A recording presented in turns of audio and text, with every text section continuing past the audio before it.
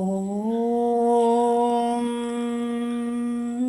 ശ്രീ ഗണേശ ശാരദാ ഗുരുഭ്യോ നമഃ. ഓം നമശ്ചണ്ഡികായൈ. നമസ്തേ സജ്ജനങ്ങളെ. ഇന്ന് നമുക്ക് ശ്രീ ദുർഗാ സപ്തശ്ലോകിയിലെ അവസാനത്തെ ശ്ലോകം, 7 ശ്ലോകങ്ങളിൽ അവസാനത്തെ ശ്ലോകം മനസ്സിലാക്കാം. ദേവി മാഹാത്മ്യം ദിവസവും പാരായണം ചെയ്യാൻ സാധിക്കാത്തവർക്ക് ഈ 7 ശ്ലോകങ്ങളും ന്യാസത്തോടെ പാരായണം ചെയ്താൽ ദേവി മാഹാത്മ്യം പാരായണം ചെയ്യുന്ന ഫലം ലഭിക്കുമെന്ന് ആചാര്യന്മാർ പറയുന്നു. നിത്യവും പാരായണം ചെയ്യുന്നവർക്ക് ഇടയ്ക്ക് മുടങ്ങുകയാണെങ്കിൽ അത് പരിഹരിക്കാനും ഈ 7 ശ്ലോകങ്ങൾ ഉപകാരമാകും. ചൊല്ലിയാൽ മതി എന്നാണ് ആചാര്യമതം. ദേവി മാഹാത്മ്യത്തിലെ 13 അധ്യായങ്ങളിൽ ഏറ്റവും പ്രധാനപ്പെട്ടതെന്ന് വിശ്വസിക്കുന്നത് നാരായണീ സ്തുതി എന്ന പ്രസിദ്ധ ഭാഗം ഉൾപ്പെടുന്ന 11-ാം അധ്യായമാണ്.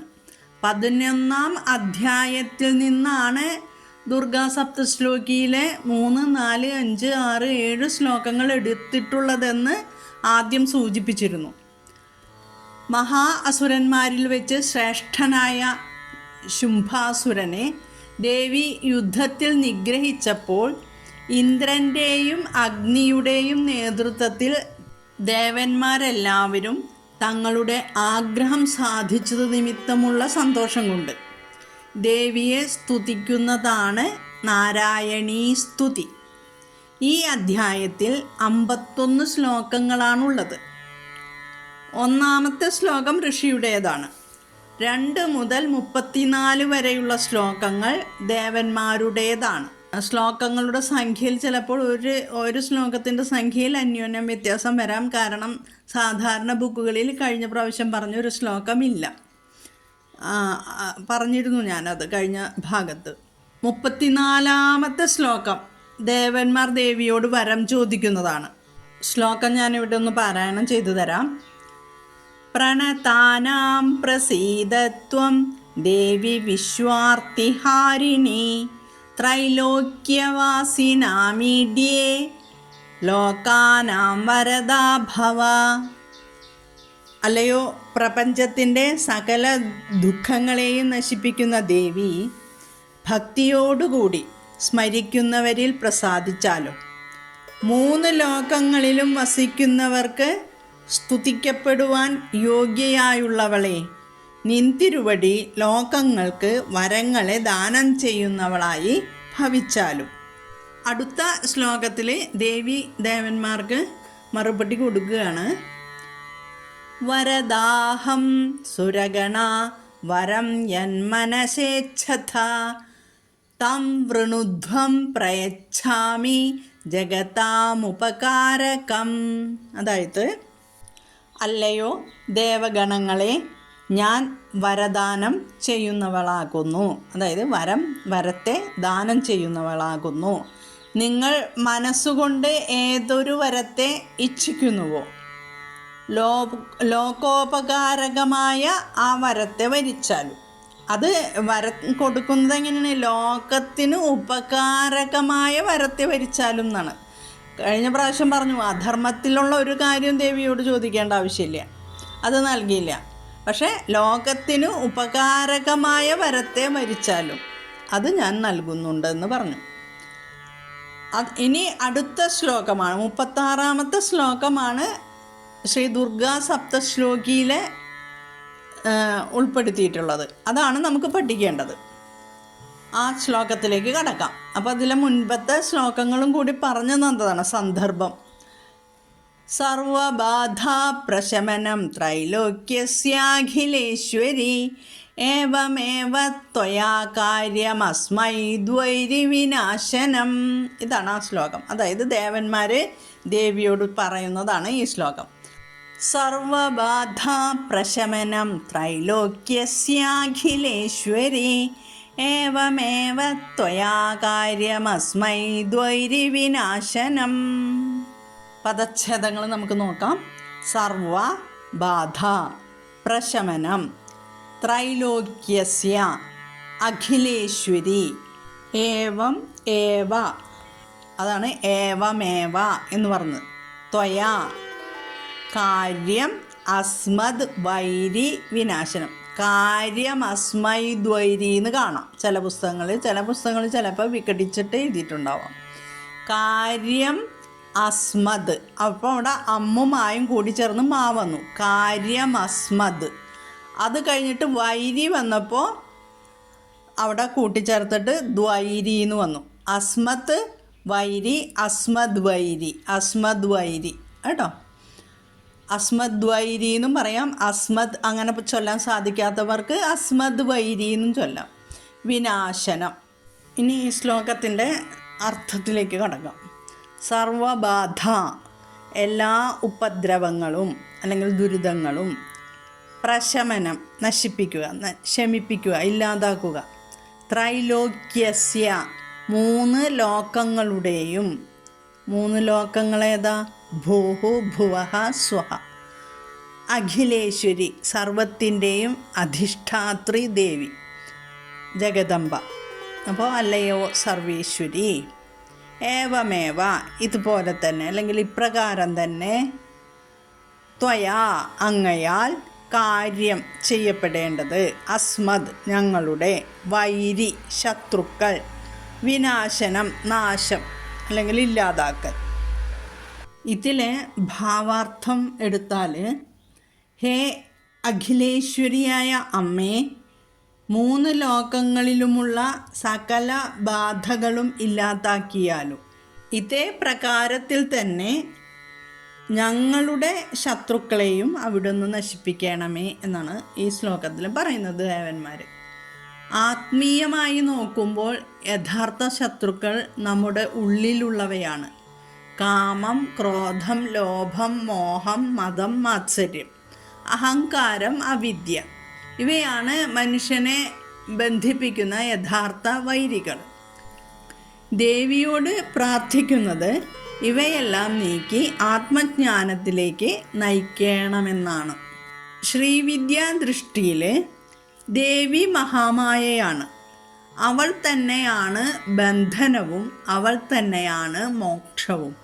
അതിനാൽ ഈ ശ്ലോകത്തിൻ്റെ ആന്തരിക അർത്ഥം, അമ്മേ, ലോകത്തിലെ എല്ലാ ദുഃഖങ്ങളും നീ ശമിപ്പിക്കുന്നത് പോലെ എൻ്റെ മനസ്സിലെ അജ്ഞാനവും വാസനകളും അഹങ്കാരവും ഇല്ലാതാക്കി എന്നെ നിൻ്റെ സ്വരൂപത്തിൽ സ്ഥാപിക്കണമേ എന്നാണ്.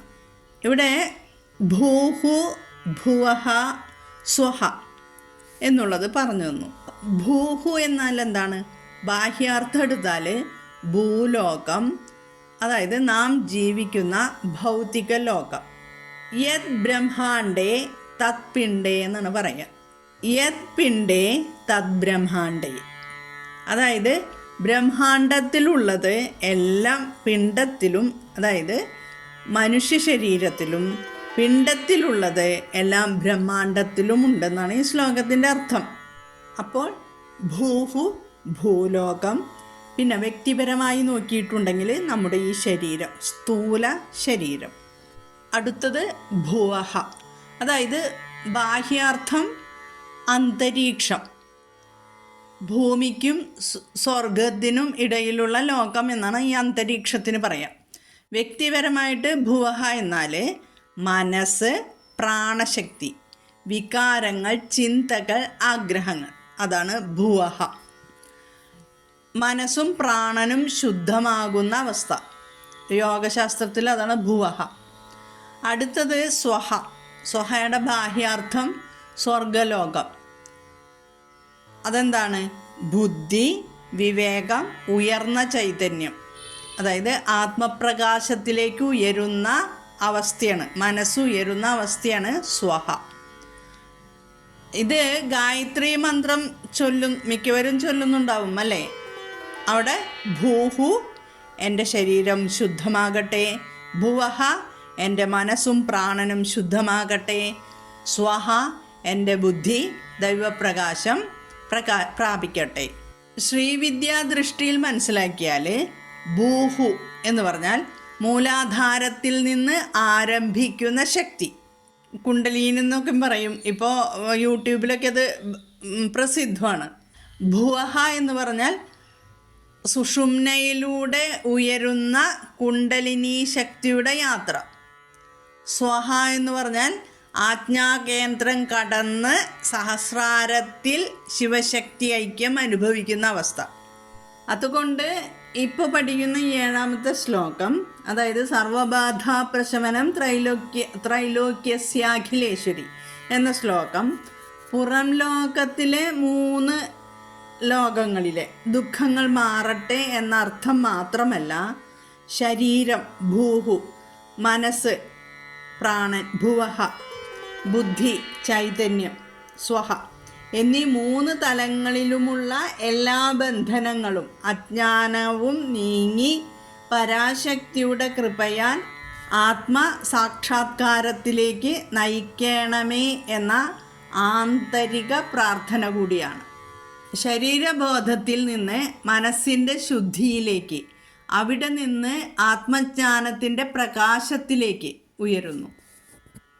ഈ വ്യാഹൃതികൾക്ക് പിന്നാലെ വീണ്ടും 4 വ്യാഹൃതികൾ കൂടിയുണ്ട്. അതായത് ഭൂഹു, ഭുവഹ, സ്വഹ എന്ന വ്യാഹൃതികൾ കൂടാതെ വീണ്ടും 4 വ്യാഹൃതികളും കൂടിയുണ്ട്. മഹഹ, ജനഹ, തപഹ, സത്യം. ഭാഗവതത്തിൽ 7 ലോകങ്ങൾ പഠിച്ചിട്ടുണ്ടാവും. ഭാഗവതത്തിൽ ഭൂഹു എന്ന് പറഞ്ഞാൽ ഭൂലോകം, ഭുവഹ എന്ന് പറഞ്ഞാൽ അന്തരീക്ഷം, സ്വഹ എന്ന് പറഞ്ഞാൽ സ്വർഗം, മഹഹ എന്ന് പറഞ്ഞാൽ മഹർഷിമാരുടെ ലോകം, ജനഹ എന്ന് പറഞ്ഞാൽ ബ്രഹ്മജ്ഞാനികളുടെ ലോകം, തപഹ എന്ന് പറഞ്ഞാൽ തപസ്വികളുടെ ലോകം, സത്യം എന്ന് പറഞ്ഞാൽ ബ്രഹ്മലോകം, സത്യലോകം, ബ്രഹ്മലോകം. യത് ബ്രഹ്മാണ്ടേ തത് പിണ്ടേ എന്ന് പറഞ്ഞു ആദ്യം അല്ലേ. അപ്പോൾ ഇത് ശ്രീവിദ്യാ ദൃഷ്ടിയിൽ ഭൂലോകം എന്ന് വെച്ചിട്ട് ഭൂഹു എന്ന് പറഞ്ഞിട്ടുണ്ടെങ്കിൽ അത് മൂലാധാരമാണ്, നമ്മുടെ സ്ഥൂല ശരീരം, ജീവിതത്തിൻ്റെ അടിത്തറ. ഭുവഹ എന്ന് പറഞ്ഞാൽ പ്രാണനും മനസ്സും, അതായത് ശക്തിയുടെ ഉണർവ്.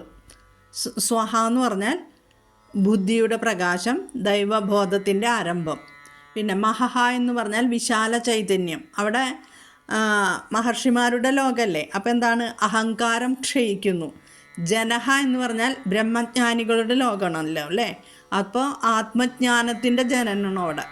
തപഹ എന്ന് പറഞ്ഞാൽ തപസ്സികളുടെ ലോകം. അപ്പോൾ വാസനകളുടെ ദഹനം, മനസ്സിൻ്റെ പൂർണ്ണ ശുദ്ധിയെ കാണിക്കുകയാണ്.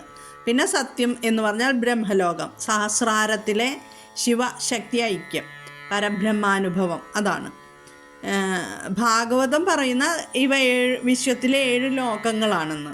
ശ്രീവിദ്യ പറയുന്നു ആ 7 ലോകങ്ങളുടെ പ്രതിബിംബം നിൻ്റെ ഉള്ളിലുണ്ട് എന്നാണ്. അതിനാൽ ശ്രീവിദ്യയിൽ പുറം പൂജയ്ക്ക് ഒപ്പം അന്തർഗ്യാഗത്തിന് ഇത്രയും പ്രാധാന്യം നൽകുന്നുണ്ട്. പുറത്തെ ദേവിയെ ആരാധിച്ചു കൊണ്ടിരിക്കുമ്പോൾ അതേ ദേവി നമ്മുടെ ഉള്ളിൽ ചൈതന്യമായി ഉണരുകയാണ്. അതാണ് ലക്ഷ്യം. ഇതിൽ ഉദാഹരണങ്ങൾ ആചാര്യന്മാർ പറയാ, ഒരു വലിയ ക്ഷേത്രമുണ്ടെന്ന് കരുതുക. ഭാഗവതം ആ ക്ഷേത്രത്തിൻ്റെ മുഴുവൻ രൂപവും ഗോപുരവും മണ്ഡപങ്ങളും നമുക്ക് കാണിച്ചു തരുന്നു. ശ്രീവിദ്യ അതേ ക്ഷേത്രത്തിൻ്റെ ഗർഭഗൃഹത്തിലേക്ക് നമ്മളെ കൈപിടിച്ച് കൊണ്ടുപോകുന്നു. ഇതാണ് രണ്ടും ഒരേ ക്ഷേത്രത്തെക്കുറിച്ചാണ്. നമ്മളതിനെ സമീപിക്കുന്ന ആ രീതിയാണ് വ്യത്യാസം. ശ്രീവിദ്യയിലെ ഒരു മനോഹരമായ വാക്യമുണ്ട്, പുറത്തു കാണുന്ന ബ്രഹ്മാണ്ടം ഉള്ളിൽ അനുഭവിക്കുന്ന ചൈതന്യമായി മാറുമ്പോഴാണ് സാധന പൂർണ്ണമാകുന്നത് എന്ന്. ഒരു കാര്യം കൂടി പറഞ്ഞിട്ട് ഞാൻ ഈ ഭാഗം നിർത്തുകയാണ്. നമ്മൾ ലളിതാ സഹസ്രനാമൊക്കെ പാരായണം ചെയ്യില്ലേ, നിത്യം കൊല്ലങ്ങളായിട്ട് പാരായണം ചെയ്യുന്നുണ്ട്. നമ്മൾ ചൊല്ലുന്നു. ഇപ്പോൾ 38ാമത്തെ ശ്ലോകം എടുക്കുക. മൂലാധാരൈക നിലയ ബ്രഹ്മഗ്രന്ഥി വിഭേദിനി മണിപൂരാന്തരുദിത വിഷ്ണുഗ്രന്ഥി വിഭേദിനി ആജ്ഞാചക്രാന്തളാരസ്ഥ രുദ്രഗ്രന്ഥി വിഭേദിനി സഹസ്രാരാംബുജാരൂഢ സുധാസാരാഭിവർഷിണി. എന്തെങ്കിലും മനസ്സിലായോ? ഇപ്പോൾ ഞാൻ ഈ പറഞ്ഞതിൻ്റെ ഭാഗമായിട്ടാണ് ആ ശ്ലോകങ്ങളുള്ളത്. മൂലാധാരൈക നിലയ, ദേവി മൂലാധാരത്തിൽ വസിക്കുന്നു. അതായത് ശ്രീവിദ്യ സാധന ഇവിടെ തുടങ്ങുകയാണ്. ജീവൻ ശരീരബോധത്തിലാണ്, കുണ്ടലിനി നിദ്രയിലാണ്. ഇനി ഭുവഹ, അതാണ് ലളിതാ സഹസ്രനാമത്തിൽ പറയുന്നു, ബ്രഹ്മഗ്രന്ഥി വിഭേദിനി. അപ്പോൾ ആദ്യത്തെ ബന്ധനം ഭേദിക്കുന്നു, അതാണ് ശരീരബോധത്തിൻ്റെ കെട്ട് അഴിയുന്നു അവിടെ. ഇനി അടുത്ത വിഷ്ണുഗ്രന്ഥി വിഭേദിനി, അവിടെ എന്താണ്? ഹൃദയം ഭക്തിയാൽ നിറയുന്നു, മനസ്സ് ദൈവത്തിലേക്ക് തിരിയുന്നു. വിഷ്ണുഗ്രന്ഥി വിഭേദിനി, ഹൃദയബന്ധനം ഭേദിക്കുന്നു, മനസ്സിൻ്റെയും ആസക്തികളുടെയും കെട്ട് അഴിയണം അവിടെ. ഇനി അടുത്തത് പറയുന്നത് മഹഹ രുദ്രഗ്രന്ഥി വിഭേദിനി, അഹങ്കാരത്തിൻ്റെ അവസാന കെട്ടുകളും അവിടെ അഴിയാൻ തുടങ്ങുകയാണ് മഹർഷിമാരുടെ ലോകത്തിൽ. ഇനി ജനഹ ബ്രഹ്മജ്ഞാനികളുടെ ലോകമാണ് അല്ലേ ഭാഗവതത്തിലത്. അപ്പോൾ ലളിതാ സഹസ്രനാമത്തിൽ പറയുന്നു ആജ്ഞാചക്രാന്തളാരസ്ഥ, ജ്ഞാനത്തിൻ്റെ യഥാർത്ഥ ജനനം അവിടെയാണ്. ജനഹ ബ്രഹ്മജ്ഞാനികളുടെ ലോകമാണ്. ആജ്ഞാചക്രാന്തളാരസ്ഥ, ജ്ഞാനത്തിൻ്റെ യഥാർത്ഥ ജനനമാണ് അവിടെ. അടുത്തത് തപഹ, തപസ്വികളുടെ ലോകമാണ് അല്ലേ. അപ്പോൾ അവിടെ സഹസ്രാരാംബുജാരൂഢ എന്ന അവസ്ഥയിലേക്കുള്ള പ്രവേശനമാണ് തപഹ. എല്ലാ വാസനകളും അവിടെ ദഹിക്കുകയാണ്, മനസ്സ് നിർമ്മലമാകുന്നു. പിന്നെ സുധാസാരാഭിവർഷിണി, സുധാസാരാഭിവർഷിണി, അവിടെ ശിവശക്തി അഭേദാനുഭവം, ഇതാണ് സാധനയുടെ പ്രധാന ലക്ഷ്യം. അപ്പോൾ സുധാസാരാഭിവർഷിണി എന്ന് വെച്ചാൽ അമൃതാനുഭവം പകർന്നു തരുന്നു അവിടെ എത്തുമ്പോൾ. അപ്പോൾ ഭൂമുതൽ സത്യം വരെയുള്ള യാത്ര ചെയ്യുന്നത് ബോധത്തിൻ്റെ രൂപാന്തരമാണ്.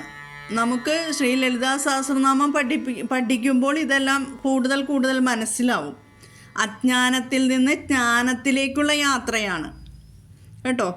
ഇങ്ങനെ പഠിക്കണമെങ്കിലൊക്കെ അമ്മയുടെ കൃപയുണ്ടെങ്കിലേ സാധിക്കൂ. അതിനെല്ലാം സാധിക്കട്ടെ എന്ന് പ്രാർത്ഥനയുണ്ട്. ദുർഗാ സപ്തശ്ലോകിയുടെ 7 ശ്ലോകങ്ങളുടെയും അർത്ഥം എല്ലാവരും മനസ്സിലാക്കിയിരിക്കുമെന്ന് വിശ്വസിച്ചുകൊണ്ട് ഞാനിവിടെ നിർത്തുകയാണ്.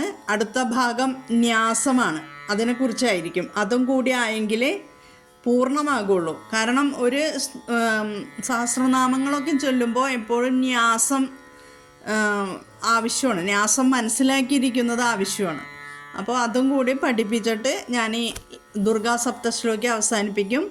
ലളിതോപാഖ്യാനം നമ്മൾ യൂട്യൂബിൽ 2 ഭാഗം അപ്ലോഡ് ചെയ്തതിന് ശേഷമാണ് ദുർഗാ സപ്തശ്ലോകി പെട്ടെന്ന് പഠിപ്പിക്കണമെന്ന് എൻ്റെ മനസ്സിൽ തോന്നിയത്. അമ്മ തോന്നിപ്പിച്ചതാണെന്ന് വിശ്വസിക്കുന്നു ഇപ്പോഴും. അപ്പോൾ എന്തായാലും ഗ്രൂപ്പിൽ ഞാൻ ഈ ശ്ലോകങ്ങൾ ചൊല്ലിപ്പിക്കുന്നുണ്ട്. അഡ്മിൻസ് വന്ന് തിരുത്തി തരും.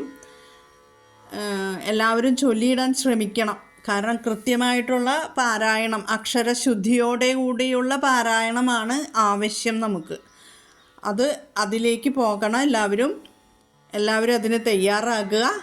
എല്ലാവർക്കും ജഗദംബയുടെ അനുഗ്രഹം ലഭിക്കുവാൻ പ്രാർത്ഥിച്ചുകൊണ്ട് നിർത്തുന്നു.